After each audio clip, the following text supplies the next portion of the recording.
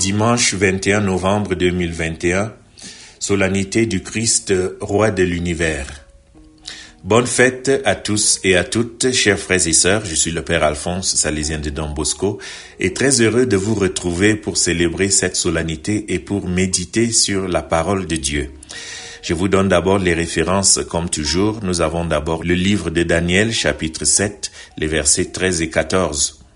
Après la méditation des premiers versets du psaume 93, nous passons au livre de l'Apocalypse, toujours le chapitre 1er, les versets 5 à 8, et enfin l'évangile selon Saint Jean, chapitre 18, les versets 33 à 37.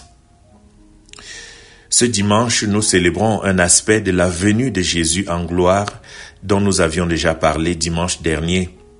Nous célébrons cette venue à travers le 4e évangile qui a une profonde audace de lire déjà cette venue, un aspect de cette venue dans l'histoire de Jésus de Nazareth jusque dans sa passion. Dans celle-ci, une épiphanie a lieu. Alors que Jésus se trouve dans le prétoire romain de Jérusalem, livré par les chefs juifs, il s'avoue devant Pilate, roi des Juifs, c'est-à-dire le Messie des Juifs, oint et envoyé par Dieu à son peuple. Mais attention, dans le 4e évangile, Jésus est un roi paradoxal, un roi à l'envers, parce qu'il n'a pas de pouvoir mondain. Il n'a pas de gloire, la gloire des rois de la terre. Il ne se vante pas ni ne se nourrit des applaudissements du peuple. Il n'apparaît pas dans un cadre triomphant. Au contraire, précisément dans la nudité d'un homme traité comme un esclave, torturé, flagellé, même couronné d'épines, il se révèle comme le seul et unique vrai roi de tout l'univers, avec une gloire que personne ne peut lui enlever, avec la gloire de celui qui aime le monde jusqu'au bout, de celui qui sait donner sa vie pour les hommes, en restant dans l'amour. Donc la gloire de l'amour vécu et de l'amour jamais contredit. Mais essayons de lire avec obéissance au moins la structure du récit de cette scène, ou plutôt de cette épiphanie.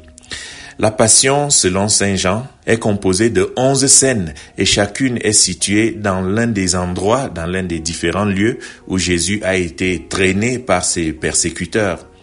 Au centre de ces scènes se trouve la scène 6e, la scène du couronnement d'épines, qui, dans la Passion selon Saint Jean, est le sommet de la révélation de l'identité véritable de Jésus. Bon, on le verra au chapitre 19, les 3 premiers versets. Jésus a été flagellé comme un esclave et les soldats se déchaînent, se ruent contre lui. Pour réfuter sa prétention royale, ils lui mettent sur la tête une couronne d'épines. Des épines qui le transpercent et qui le défigurent. Et les soldats le couvrent d'un manteau de pourpre, comme le manteau des rois de la terre. Cette intronisation inclut l'hommage des sujets vis-à-vis de leur roi. Et les soldats se prosternent donc devant lui et lui offrent des cadeaux, tandis que, tout en le giflant, ils s'inclinent devant lui. « Salut, roi des Juifs !» Il s'agit objectivement d'une scène de moquerie, d'une parodie. Mais Jean l'évangéliste prend tout cela au sérieux. Selon lui, il s'agit d'une véritable épiphanie, car c'est dans cette scène que se révèle la véritable royauté de Jésus, serviteur de Dieu, serviteur de Yahvé, et victime innocente du mal du monde. La scène épiphanie, décrite dans la péricope de ce dimanche, est antérieure, c'est-à-dire c'est la 4e scène, alors que les chefs juifs ont déjà livré Jésus au procurateur romain pour qu'il soit condamné à mort comme malfaiteur. Pilate, qui ne veut pas se préoccuper du sort de ces juifs à cause de la pression exercée sur lui par les accusateurs, entre dans le prétoire, convoque Jésus et l'interroge. Il lui demande tout d'abord ce qui l'intéresse le plus. Es-tu le roi des Juifs? C'est-à-dire, as-tu un pouvoir politique sur ce territoire et sur cette population? En fait, Jésus pourrait être une attaque, un danger contre le pouvoir impérial romain, une menace ou une atteinte pour César. Mais Jésus répond, comme d'habitude, par une question. Est-ce ta pensée ou celle des autres? comme pour lui dire « Regarde en toi, Pilate, es-tu un homme libre ou es-tu manipulé? Est-ce simplement de la curiosité ou une démarche de ton cœur, de ton âme ?» Pilate cependant ne comprend pas et fait preuve d'un profond mépris pour les Juifs et bien évidemment pour Jésus, un homme lié, menotté, livré à lui sans défense et pas du tout guerrier. Il répète simplement à Jésus les paroles de ses compatriotes, les chefs religieux des Juifs qui l'ont livré à son pouvoir. Et Pilate ajoute « Quel crime contre la loi, contre votre loi as-tu commis ?»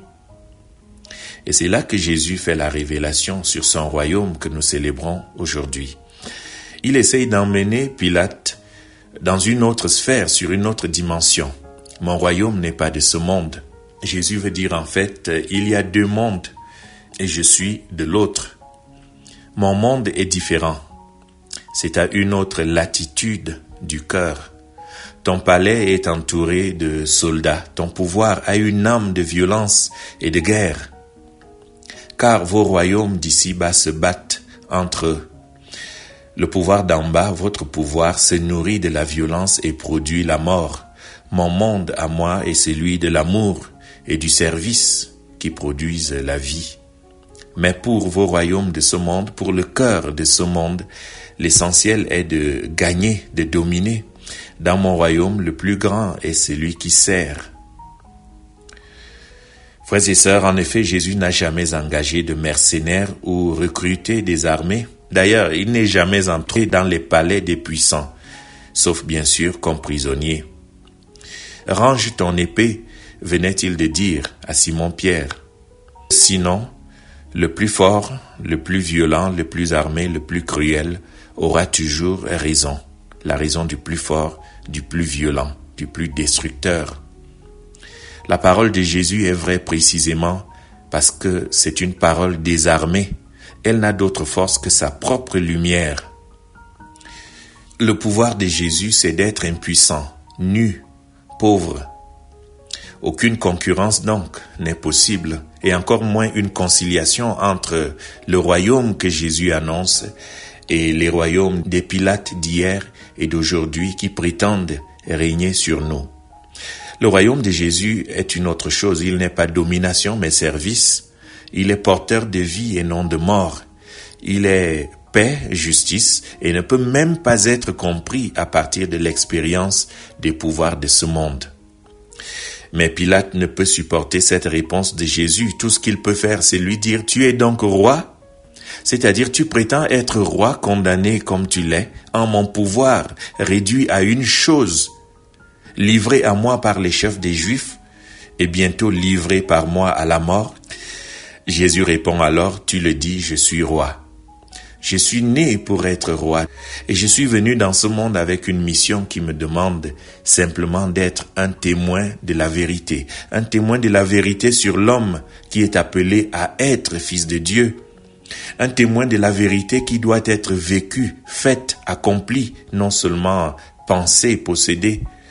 Une vérité qui doit être réalisée par chaque homme, chaque femme. Je suis un témoin de la vérité d'un Dieu, mon Père, qui a tant aimé l'humanité jusqu'à lui donner ce qu'il avait de plus cher, son propre Fils. Chers frères et sœurs, Jésus est plus que jamais roi, roi de l'univers, roi de toute l'humanité, parce qu'il est l'humanité authentique, telle que Dieu l'a conçue, voulue, créée à son image. Et ici, Jésus se montre plus que jamais roi parce qu'il n'a pas peur, parce qu'il règne sur tout ce qui l'entoure et sur tout ce qui se passe. Dans le 4e évangile, Jésus domine les événements. Il reste libre, il parle, il n'agit que par amour. Il règne par la même royauté avec laquelle Dieu règne. Donc, s'il y a une heure où le royaume de Dieu est venu, a été parmi nous et s'est révélé, a été raconté, c'est l'heure de la passion et de la croix. Pilate lui demande, tu dis que tu rends témoignage à la vérité, mais qu'est-ce que la vérité? Jésus ne lui répond pas comme s'il entendait une question mal formulée. La vérité n'est pas quelque chose que l'on a, mais quelque chose que l'on est. Pilate aurait dû formuler sa question différemment. Il aurait dû demander « Qui est la vérité ?» Elle se tenait donc là devant lui, la vérité. Car la vérité, c'est cet homme en qui les plus belles paroles du monde sont devenues chair et sang, et c'est pourquoi elles étaient vraies, elles sont vraies. Pilate alors est perdu, et par 2 fois le 4e évangile dit qu'il avait peur, qu'il avait très peur. Les puissants de la terre n'ont pas peur les uns des autres, mais ils tremblent devant la vérité d'un prophète, l'amour de ceux et celles qui n'ont rien à perdre, la force des innocents, la liberté des plus faibles. C'est le secret de la royauté révélé et significativement rejeté même par les masses, manipulées qui finissent même par se renier, par crier un blasphème. Nous n'avons pas d'autre roi sinon César, notre ennemi, celui qui nous veut du mal. Soumission volontaire au pouvoir mondain hier et aujourd'hui. Cependant, lorsque Jésus est sur la croix, le signe voulu par Pilate dans les 3 langues de l'écoumène, c'est-à-dire l'hébreu, le grec et le latin, est un signe qui proclame la vérité. Jésus de Nazareth est le roi des Juifs. Jean 19, verset 19. Oui, que toute langue proclame que Jésus-Christ est Seigneur, Kyrios, depuis la croix. Jésus, tu es roi. Sur terre, la seule couronne qui fut posée sur ta tête était pleine d'épines. Elle n'avait pas l'éclat de ta grandeur ni de ta gloire. Oui, tu règnes dans la gloire où tu es depuis toujours. C'est là que tu nous prépares une place, Seigneur, une place de roi à chacun et à chacune de nous, puisque par le baptême en ton sang rédempteur, tu nous as fait prêtres, prophètes et rois. Seigneur, nous avons bien hâte qu'enfin tu sois le seul roi sur notre terre, car c'est alors seulement que tous les peuples et toutes les nations seront en paix, uniquement préoccupés de s'aimer et de te servir. Amen.